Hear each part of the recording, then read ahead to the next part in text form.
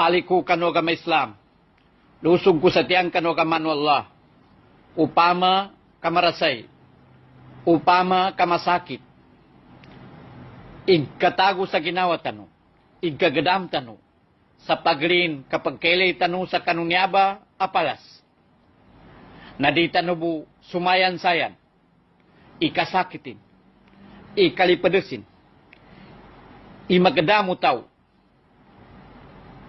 sa kanu kalundangan, siya sa didal mapakuburan. Di tanubu sumayan sayan, susiksa no malaikat sa niya.